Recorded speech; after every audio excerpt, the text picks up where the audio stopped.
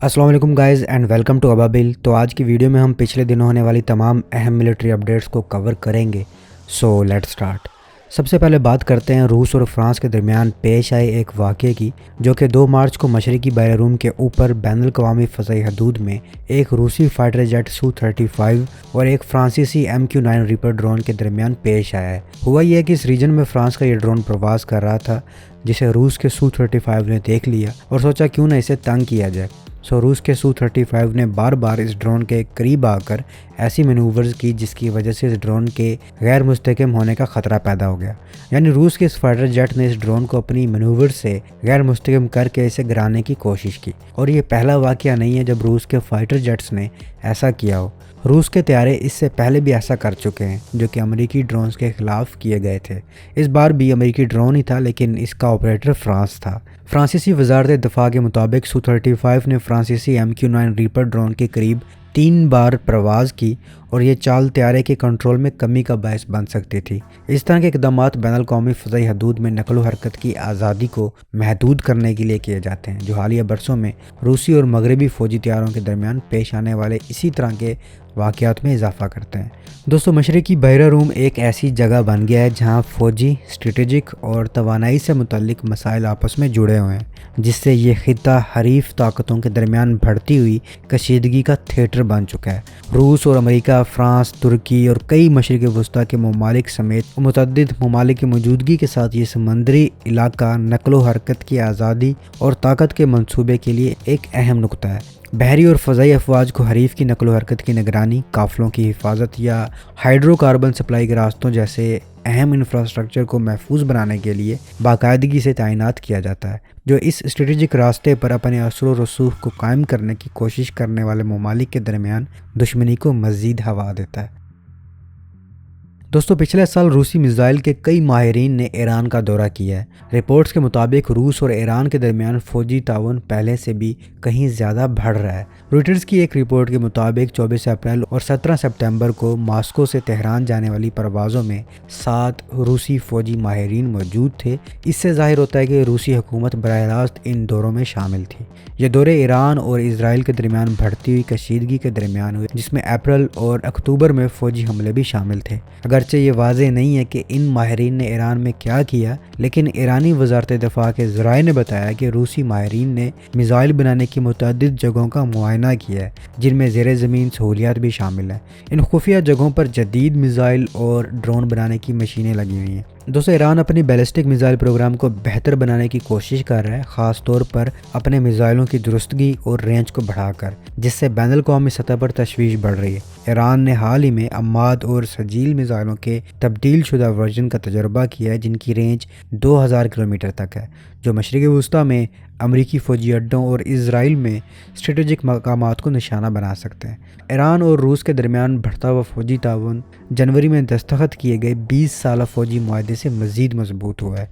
इस स्ट्रेटेजिक इत्तेहाद ने यूक्रेन में तनाज़ा को भी मुतासिर किया है। रूस ने यूक्रेन के तवानाई बुनियादी ढांचे को निशाना बनाने वाले हमलों में ईरानी साख्ता शाहिद 136 ड्रोन भी इस्तेमाल किए हैं। इसके अलावा तेहरान ने मॉस्को को कई सौ फतह 360 बैलिस्टिक मिसाइल भी फराहम किए हैं, जो 120 किलोमीटर तक के अहदाफ को निशाना बना सकते हैं। ये मिसाइल मोबाइल प्लेटफॉर्म से लॉन्च किए जा सकते हैं, जो ज़्यादा ऑपरेशनल लचक फराहम करते हैं। इत्तलात के मुताबिक इन्हें यूक्रेनी शहरों के खिलाफ इस्तेमाल किया गया है, जिससे यूक्रेनी दफाई लाइनों पर दबाव बढ़ रहा है। यह हथियारों की मुंतकिली अलग थलग वाक़यात नहीं है। इंटेलिजेंस ज़राए बताते हैं कि ईरान रूस को फतह 110 और जुल्फ़कार मिसाइल भी फराहम कर सकता है, जिनकी रेंज 300 किलोमीटर से ज़्यादा है। इससे मॉस्को के असले खाने में यूक्रेनी बुनियादी ढांचों के खिलाफ मज़ीद इजाफा होगा और इन तरसीलात में शामिल दीगर अदारों पर नई पाबंदियाँ आयद की गई हैं। दोस्तों, अमेरिका की लॉकहीड मार्टिन कंपनी ने एक नया मिसाइल बनाया है, जिसका नाम है कॉमन मल्टी मिशन ट्रक, जिसे CMMT भी कहते हैं। ये मिसाइल सस्ता है, दूर तक जाता है और इसे मुख्तलिफ तरीक़ों से इस्तेमाल किया जा सकता है। امریکہ یہ میزائل اس لیے بنا رہا ہے تاکہ چین کے بڑھتے ہوئے فوجی طاقت کا مقابلہ کر سکے۔ اس میزائل کی کچھ خاص باتیں ہیں، جیسا کہ یہ سستا ہے۔ اس میزائل کی قیمت تقریباً $1,50,000 ہے، جو دوسرے مہنگے میزائلوں کے مقابلے میں بہت کم ہے۔ یہ میزائل 800 کلومیٹر سے زیادہ دور تک جا سکتا ہے۔ اسے مختلف طریقوں سے استعمال کیا جا سکتا ہے۔ اس میزائل کو ہوائی جہاز، ہیلی کاپٹر اور یہاں تک کہ سامان لے جانے والے جہازوں سے بھی داغا جا سکتا ہے۔ اس میں مختلف قسم کے بوم اور سینسرز بھی لگائے جا سکتے ہیں اور یہ تیزی سے ڈیولپ ہو سکتا ہے۔ لاکہیڈ مارٹن نے اس میزائل کو بنانے کے لیے ایک نیا طریقہ استعمال کیا جس سے یہ تیزی سے اور زیادہ تعداد میں بن سکتا ہے۔ امریکہ یہ میزائل اس لیے بنا رہا ہے تاکہ وہ چین کے خلاف جنگ کی صورت میں زیادہ تعداد میں سستے اور طاقتور ہتھیار رکھ سکے۔ اگر اس میزائل میں یوز کی گئی ٹیکنالوجی کی بات کی جائے تو اس میں ڈیجیٹل انجینئرنگ کی گئی ہے۔ اس میزائل کو بنانے میں کمپیوٹر کا بہت زیادہ استعمال کیا گیا ہے، جس سے اس کی ڈیزائننگ اور تیاری تیز ہو گئی ہے۔ اس میں آرٹیفیشل انٹیلیجنس کا بھی استعمال کیا گیا ہے۔ اس میزائل کو AI سے کنٹرول ہونے والے ڈرونز کے ساتھ بھی استعمال کیا جا سکتا ہے۔ یہ ڈرونز پائلٹ والے جہازوں کے ساتھ مل کر کام کر سکتے ہیں اور دشمن پر حملہ کر سکتے ہیں۔ مختصر یہ کہ امریکہ نے چین کے مقابلے کے لیے ایک سستا، دور تک مار کرنے والا اور مختلف طریقوں سے استعمال ہونے والا میزائل بنایا ہے جو تیزی سے اور بڑی تعداد میں بنایا جا سکتا ہے۔ دوستو، فروری 2025 میں ایران نے اپنے بنائے ہوئے باور 373 ایئر ڈیفنس میزائل سسٹم کا ایک نیا اور بہتر ورژن پیش کیا جس کا نام ہے باور 3732۔ یہ اعلان ایرانی وزارت دفاع کی ایروسپیس آرگنائزیشن کی ایک نمائش میں کیا گیا ہے۔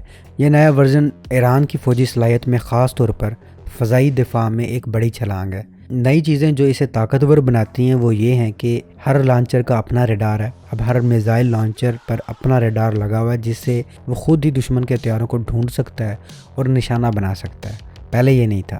یہ سسٹم پہلے سے زیادہ دور تک دشمن کے ہتھیاروں کو دیکھ سکتا ہے اور نشانہ بنا سکتا ہے۔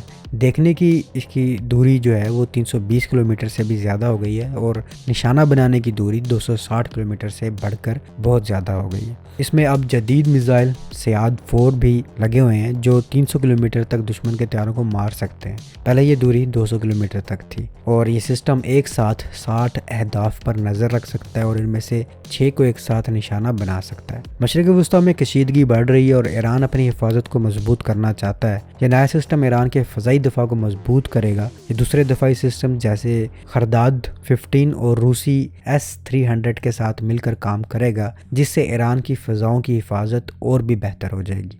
یہ سسٹم ایران کی دفاعی ٹیکنالوجی میں خود انحصاری کو ظاہر کرتا ہے۔ یہ بھی ظاہر کرتا ہے کہ ایران بیرونی دباؤ کے باوجود اپنی حفاظت کو مضبوط کرنے کے لیے تیار ہے۔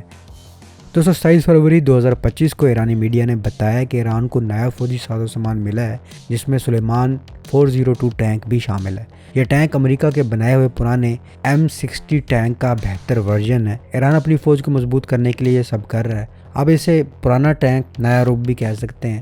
ایران کے پاس 1970 کی دہائی سے M60 ٹینک موجود ہیں۔ یہ ٹینک شاہ محمد رضا پہلوی کے دور میں امریکہ سے خریدے گئے تھے۔ 1979 کے انقلاب کے بعد ایران کو امریکہ سے فوجی ساز و سامان ملنا بند ہو گیا، لیکن M60 ٹینک ایرانی فوج کا اہم حصہ بنے رہے۔ ایران نے ان ٹینکوں کو بہتر بنانے کے لیے بہت محنت کی۔ اگر بات کی جائے کہ سلیمان 402 میں نیا کیا ہے تو اس ٹینک کی ڈھال کو بہتر بنایا گیا تاکہ یہ جدید اینٹی ٹینک ہتھیاروں سے بچ سکے۔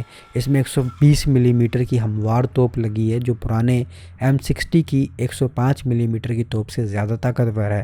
اس سے یہ ٹینک دشمن کے جدید ٹینکوں کو دور سے ہی تباہ کر سکتا ہے۔ اس ٹینک کا انجن پہلے سے زیادہ طاقتور ہے جس سے اس کی رفتار اور نقل و حرکت بہتر ہوئی ہے، اور اس ٹینک میں جدید سینسر، کمپیوٹر اور نائٹ ویژن سسٹم لگے ہیں جس سے یہ دن اور رات دونوں وقت زیادہ درستگی سے نشانہ لگا سکتا ہے۔ اور ممکن ہے کہ اس میں خودکار نظام بھی ہو، جیسے خودکار نشانہ لگانے یا گولہ بارود لوڈ کرنے کا نظام۔ ایران پر بین الاقوامی پابندیاں لگی ہوئی ہیں جس سے اسے جدید فوجی ساز و سامان خریدنے میں مشکلات ہوتی ہیں، اس لیے ایران اپنی دفاعی صنعت کو مضبوط کر رہا ہے اور خود ہی ہتھیار بنا رہا ہے۔ سلیمان 402 ٹینک ایران کی خود انحصاری کی کوششوں کا ایک حصہ ہے۔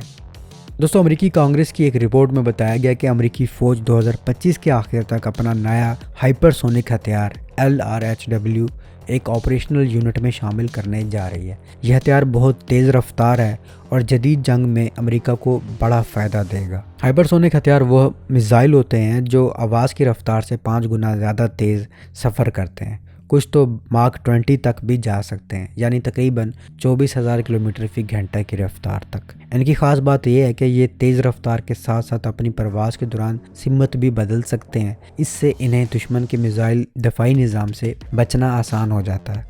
LRHW की ख़ास बातें ये हैं कि ये 6100 किलोमीटर फी घंटा से भी ज़्यादा रफ्तार से सफ़र कर सकता है। ये तकरीबन 2776 किलोमीटर तक के अहदाफ को निशाना बना सकता है। इसे ट्रक से लॉन्च किया जा सकता है, जिससे इसे मुख्तलिफ जगहों पर ले जाना आसान है। ये ज़मीन के माहौल से बाहर जाकर आता है, जिससे डिफेंस सिस्टम इसे पकड़ नहीं सकते। ये दुश्मन के कमांड सेंटर्स, बहरी बेड़ों, मिसाइल डिफेंस सिस्टम्स और अहम इंफ्रास्ट्रक्चर को निशाना बना सकता है। अमेरिका ये हथियार इसलिए बना रहा है कि वो चीन और रूस जैसे हरीफ ममालिक के मुकाबले में अपनी फौजी बढ़तरी बरकरार रख सके। यह हथियार अमेरिका को उन इलाकों में भी कार्रवाई करने की सलाहियत देता है जहां दुश्मन ने रसाई को महदूद कर रखा है। अगर बात की जाए कि इसमें कौन कौन सी टेक्नोलॉजीज़ का इस्तेमाल किया गया है, तो इसमें CHGB टेक्नोलॉजी का इस्तेमाल किया गया है, जिसे आप मुश्तरका हाइपरसोनिक ग्लाइड बॉडी भी कह सकते हैं। ये एक जदीद टेक्नोलॉजी है जो मिसाइल को तेज़ रफ्तार और सिमत बदलने की सलाहियत देती है। इस मिसाइल को अमेरिकी बहरिया भी इस्तेमाल करेगी, जिससे दोनों अफवाज के दरमियान ताउन बेहतर होगा। दोस्तों 28 फरवरी 2025 को भारत की defence research and development organisation यानी DRDO ने अपना नया हाइपरसोनिक हथियार दिखाया है, जिसका नाम है हाइपरसोनिक ग्लाइड व्हीकल। ये हथियार long range anti ship missile LRASHM programme का हिस्सा है। ये भारत के लिए एक बड़ी कामयाबी है, क्योंकि हाइपरसोनिक हथियार जदीद जंग में बहुत अहम है। HGV की ख़ास बातें ये हैं कि ये मार्क 5 से भी ज़्यादा रफ्तार से सफ़र कर सकता है। ये ख़ास तौर पर दुश्मन के बहरी जहाज़ों को निशाना बनाने के लिए बनाया गया है। इसे ट्रक से लॉन्च किया जा सकता है, जिससे इसे मुख्तलिफ जगहों पर ले जाना आसान है। DRDO ने 2020 में हाइपरसोनिक टेक्नोलॉजी डेमोन्स्ट्रेटर व्हीकल का कामयाब तजर्बा किया था, जिससे इस नए हथियार की बुनियाद रखी गई थी। दुनिया भर में हाइपरसोनिक हथियारों की दौड़ लगी हुई है। अमेरिका, चीन और रूस जैसे ममालिक पहले ही इस टेक्नोलॉजी में बहुत आगे हैं। भारत भी अपनी हिफाजत के लिए यह हथियार बना रहा है। ख़ासतौर पर चीन की बढ़ती हुई बहरी ताकत और हाइपरसोनिक हथियारों की तैयारी की वजह से भारत को यह हथियार बनाना ज़रूरी हो गया है। दोस्तों तुर्की की बेकर कंपनी ने एक बहुत बड़ी कामयाबी का ऐलान किया है। इन्होंने अपने बैरक्टर एकंची ड्रोन पर एसिलान कंपनी का बनाया हुआ नया मुराद ऐसा रेडार लगाकर कामयाब तजर्बाती परवाज़ की है। इससे तुर्की के ड्रोन्स की ताकत बहुत बढ़ गई है। तुर्की के ये मुराद रेडार बहुत ज़्यादा जदीद है और ये ड्रोन को बहुत सी नई सलाहियतें देता है। इससे ड्रोन को दुश्मन के हथियारों, जहाज़ों और ज़मीन पर मौजूद अहदाफ को दूर से ही देखने और निशाना बनाने में मदद मिलती है। ये रेडार हर तरह के मौसम में काम कर सकता है, चाहे बादल हो, धुंध हो या गर्दो गुबार हो। ये रेडार हवा में भी काम करता है और ज़मीन पर भी। ये बहुत दूर के अहदाफ को भी देख सकता है। ये ज़मीन के बहुत साफ तस्वीरें ले सकता है। ये दुश्मन के इलेक्ट्रॉनिक वारफेयर से भी बच सकता है। पहले ड्रोन सिर्फ कैमरों और इंफ्रारेड सेंसर से काम करते थे, लेकिन अब इस नए रेडार से ये ड्रोन हर तरह के मौसम में और दूर से भी दुश्मन को देख सकते हैं। इससे ड्रोन दुश्मन के हथियारों को भी निशाना बना सकते हैं। तुर्की के लिए ये अहम क्यों है? क्योंकि तुर्की अपनी दफाई टेक्नोलॉजी खुद बनाना चाहता है और ये रेडार इसका एक बड़ा अहम कदम है। इससे तुर्की की फ़ौजी ताकत बहुत बढ़ जाएगी। तुर्की अब इस रेडार और ड्रोन को दूसरे ममालिक को भी बेच सकता है। ये रेडार दूसरे तुर्की के हथियारों में भी इस्तेमाल किया जाएगा, जैसा कि F-16 लड़ाका हथियारें, हुरजेट ट्रेनर हथियारें और कान फाइटर जेट्स में। दोस्तों ज़ेलेंस्की दुनिया में अपनी लाइव इज़्ज़त अफजाई करवाने के बाद अब भी अमेरिका की गोद में बैठना चाहता है और चाहता है कि अमेरिका का साया उस पर कायम रहे। इसके बदले ज़ेलेंस्की मादनियात का मुआहदा करने के लिए भी गुरेज नहीं करेगा। याद रहे, अमेरिका चाहता है कि यूक्रेन पर जो इसने खर्चा किया है इसे वसूल किया जाए, चाहे वो मादनियात की शक्ल में किया जाए। और यूक्रेन के पास बहुत से कीमती मादनी वसाइल हैं, जिनमें ऐसे मादनियात भी शामिल हैं जो जदीद टेक्नोलॉजी और दफाई सनत के लिए बहुत अहम है। अमेरिका इन मादनियात में दिलचस्पी रखता है। यूक्रेन में पाई जाने वाली अहम मादनियात में लिथियम है। ये बैटरियों, इलेक्ट्रिक गाड़ियों और दीगर जदीद आलात में इस्तेमाल होता है। टाइटेनियम है, यह हवाई जहाज़, मिसाइल और दीगर दफाई आलात में इस्तेमाल होता है। ग्रेफाइट है, ये बैटरियों और दीगर सनती मसनूआत में इस्तेमाल होता है। यूरेनियम और बेरिलियम के ज़खायर हैं जो कि न्यूक्लियर वेपन और रिएक्टर बनाने के लिए इस्तेमाल होते हैं। इसके अलावा यूक्रेन के पास कॉपर, जिंक, सिल्वर, निकल और भी बहुत से मादनियात हैं जो दुनिया में कम ही पाए जाते हैं। और अमेरिका इन मादनियात पर आँख रखे हुए है और इसकी वजह यह है कि अमेरिका अपनी ऐसे मिनरल्स के लिए चीन पर सारी कम करना चाहता है, जो दुनिया के 75% ऐसे रेयर मिनरल्स पर कंट्रोल रखता है। ابھی لاسٹ دسمبر میں ہی ہوا یہ تھا کہ چین نے ایسے ہی ریئر ارتھ منرلز امریکہ کو دینے پر پابندی لگا دی تھی۔ تو امریکہ ان معدنیات پر چین کے بڑھتے ہوئے کنٹرول کو کم کرنا چاہتا ہے۔ امریکہ اپنی جدید ٹیکنالوجی اور دفاعی صنعت کے لیے ان معدنیات کی سپلائی کو یقینی بنانا چاہتا ہے۔ یوکرین کے معدنی وسائل امریکہ کے لیے ایک اسٹریٹجک اثاثہ ہیں۔ امریکہ اور یوکرین کے درمیان معدنیات کے حوالے سے ایک معاہدے پر بات چیت جاری ہے۔ اس معاہدے کے تحت امریکہ یوکرین میں معدنیات کی کان کنی اور پروسیسنگ میں سرمایہ کاری کرے گا اور بدلے میں یوکرین کو معاشی مدد بھی ملے گی اور فوجی مدد بھی ملے گی۔ دوستو، یوکرین کو نہ چاہتے ہوئے بھی یہ سب کرنا پڑے گا کیونکہ یوکرین کے پاس زیادہ چوائس نہیں ہے۔ ہاں، اگر یوکرین 1994 میں اپنے ایٹمی ہتھیاروں سے دستبردار نہ ہوتا تو آج صورتحال یکسر تبدیل ہوتی اور ہو سکتا تھا کہ یوکرین اور رشیا کی جنگ بھی نہ ہوتی۔ ہوا یہ تھا کہ سوویت یونین کے ٹوٹنے کے بعد یوکرین کو دنیا کا تیسرا سب سے بڑا ایٹمی ہتھیاروں کا ذخیرہ وراثت میں ملا تھا۔ تاہم یوکرین نے ان ہتھیاروں کو برقرار نہ رکھنے کا فیصلہ کیا، جو کہ امریکہ اور روس اور دوسرے بڑے ممالک کے کہنے پر یوکرین نے یہ فیصلہ کیا تھا۔ ان ممالک نے یوکرین کو سیکیورٹی کی ضمانتیں دی تھی کہ یوکرین پر کوئی بھی حملہ نہیں کرے گا اور جو کرے گا اس کے خلاف یہ ممالک یوکرین کے ساتھ ہوں گے۔ یوکرین نے ایک معاہدے پر دستخط کیے اور اپنے تمام ایٹمی ہتھیار روس کو دے دیے، لیکن پھر روس نے 2014 میں کرائمیا پر قبضہ کر لیا اور مشرقی یوکرین میں مداخلت کی، جس سے معاہدے کی خلاف ورزی ہوئی اور پھر کچھ سال بعد اس معاملے پر باقاعدہ جنگ چھڑ گئی۔ اس کے بعد سے یوکرین آج بھی اپنے فیصلے پر پچھتاتا ہے کہ اسے ایٹمی ہتھیار واپس نہیں کرنے چاہیے تھے۔ یہ ہے اہمیت ایک ایٹمی ہتھیار کی، جس کا آپ کے پاس ہونا ہی کئی مگرمچھوں کو آپ سے دور رکھتا ہے۔ آپ اس بارے میں کیا رائے رکھتے ہیں؟ کامنٹ سیکشن میں ضرور بتائیے گا۔ تو اب تک کے لیے اتنا ہی، ملتا ہوں ایک نئی اور دلچسپ ویڈیو کے ساتھ۔ تب تک کے لیے اپنے ہوسٹ بلال کو اجازت دیجیے۔ اللہ حافظ۔